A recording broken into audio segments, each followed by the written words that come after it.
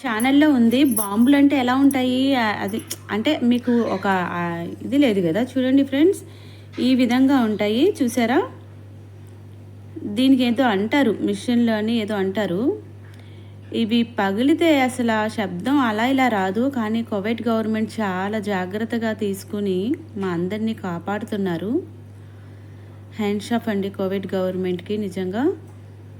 మిషన్లంట ఇవి. చూడండి ఎలా పడిందో కింద. ఇది మా జెహరా ప్రాంతంలో పడిందండి ఇది.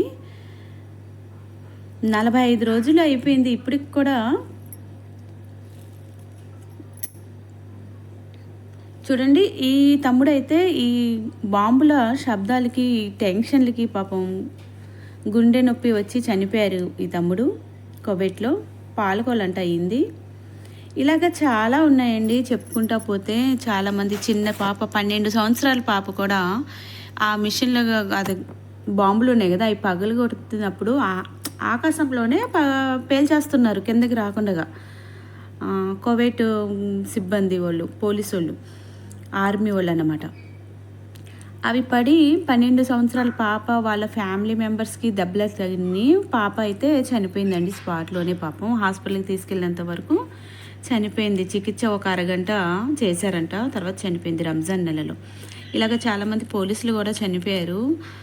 చాలా బాధాకరమైన విషయం అండి నిజంగా. వాళ్ళ ఆత్మకి శాంతి కలగాలి. ప్లీజ్ ప్రతి ఒక్కళ్ళు మీ ఇష్టదైవాలకి ప్రార్థన చేయండి. ఈ అమెరికా వాళ్ళు, ఈ ఇరాన్ వాళ్ళు ఒక మాటకి వచ్చి రాజీ పడినట్టు ఇంకా ఈ గొడవలన్నీ సద్దుమనగాలి, ఒక కొలిక్కి రావాలి, మళ్ళీ మునుపటి రోజులు రావాలని ప్రతి ఒక్కరు ప్రేయర్ చేయండి ఫ్రెండ్స్. ఇతను తమిళనాడుకి చెందిన కృష్ణన్ ఈయన పేరు. ఈ బాంబు దాడుల్లో ఈయన కూడా చనిపోయారు కువైట్లో. ఫోన్లో ఈ విధంగా బాంబులు వేసేటప్పుడు మనకు ఫోన్లో ఇలాగా ఈ విధంగా ఇస్తారండి. చూడండి సౌండ్ ఎలా ఉంటుందో. మంచి నిద్రలోంచి లెగిసిపోతాం మేము. రాత్రి బాగా నిద్ర పట్టిందా? అన్నీ తెలిసి అడుగుతున్నాడా సార్? రాత్రి అనంగా మొదలు పెట్టాడు సార్. తెల్లవారిన దాకా ఒకటే మ్యూజిక్.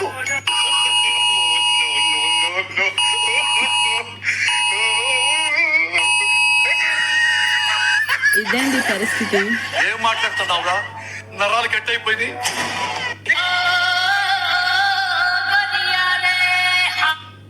చూడండి ఇలా ఉంటుంది అరబ్ కంట్రీస్లో.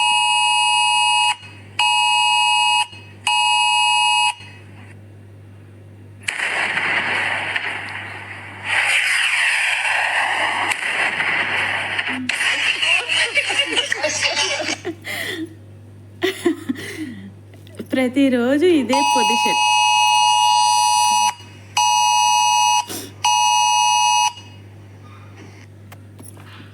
ఇలా ఫోన్లు ఆఫ్ చేసుకోవడం, పడుకోవడం, ఈ బాంబు శబ్దానికి ఎప్పుడు ఏమవుతుంది అని టెన్షన్ పడడం. ఈ అరబ్ కంట్రీస్లో ఇలా ఉంది పొజిషన్.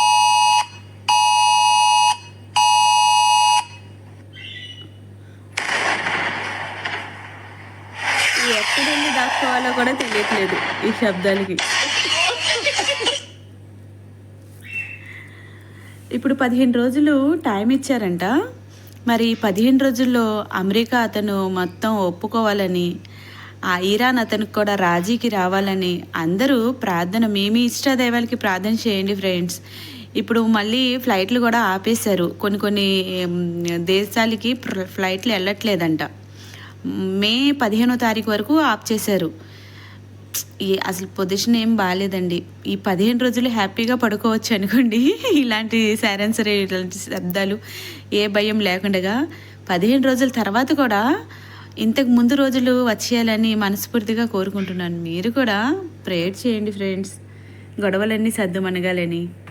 అస్సలాము అలైకుం రహమతుల్లాహి వబరకాతుహు. ఎలా ఉన్నారు ఫ్రెండ్స్? అందరూ బాగుండాలి, అందులో మనం ఉండాలి. చూశారు కదా మొత్తం వీడియో అంతా.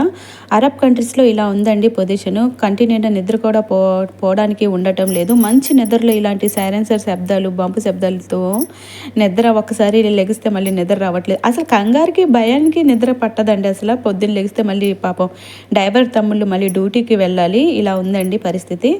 నిత్యావసర వస్తువులపైనే వేస్తున్నారు. మంచినీటి సరఫరా, విద్యుత్ సరఫరా, ఇంకా పెట్రోలు, ఎయిర్పోర్ట్లు వీటిపైన బాగా వేస్తున్నారండి. అసలు కువైట్లో అయితే ఎయిర్పోర్టే లేదండి. 1 కాదు 2 కాదు 3 సార్లు బాంబులు వేశారు.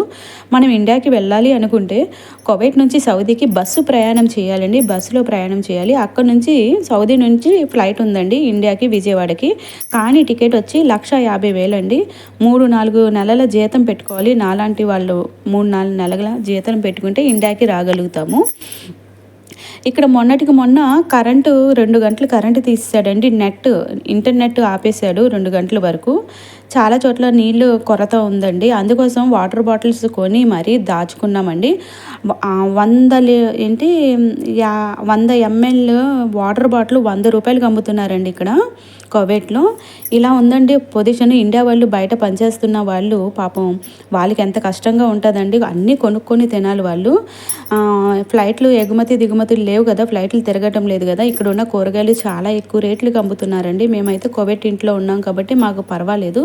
బయట పనిచేసే అక్క తమ్ముళ్ళకి చాలా ఇబ్బందిగా ఉందండి. ప్లీజ్ ఫ్రెండ్స్, మీరందరూ ప్రేయర్ చేయండి. మళ్ళీ మునుపటి రోజులు రావాలని కోరుకుందాం అందరము. ఈ అమెరికా వాళ్ళు, ఇరాన్ వాళ్ళు ఒక మాట పైన ఉండి వాళ్ళు ఈ 15 రోజులు గ్యాప్ ఇచ్చారు. ఈ 15 రోజులు మేము ప్రశాంతంగా పడుకోవచ్చు. కానీ వీళ్ళు ఆ మాట పైన ఉండి మొత్తం గొడవలన్నీ సద్దుమణగాలని ఆ దేవుణ్ణి ప్రార్థన చేయండి ఫ్రెండ్స్. బాయ్.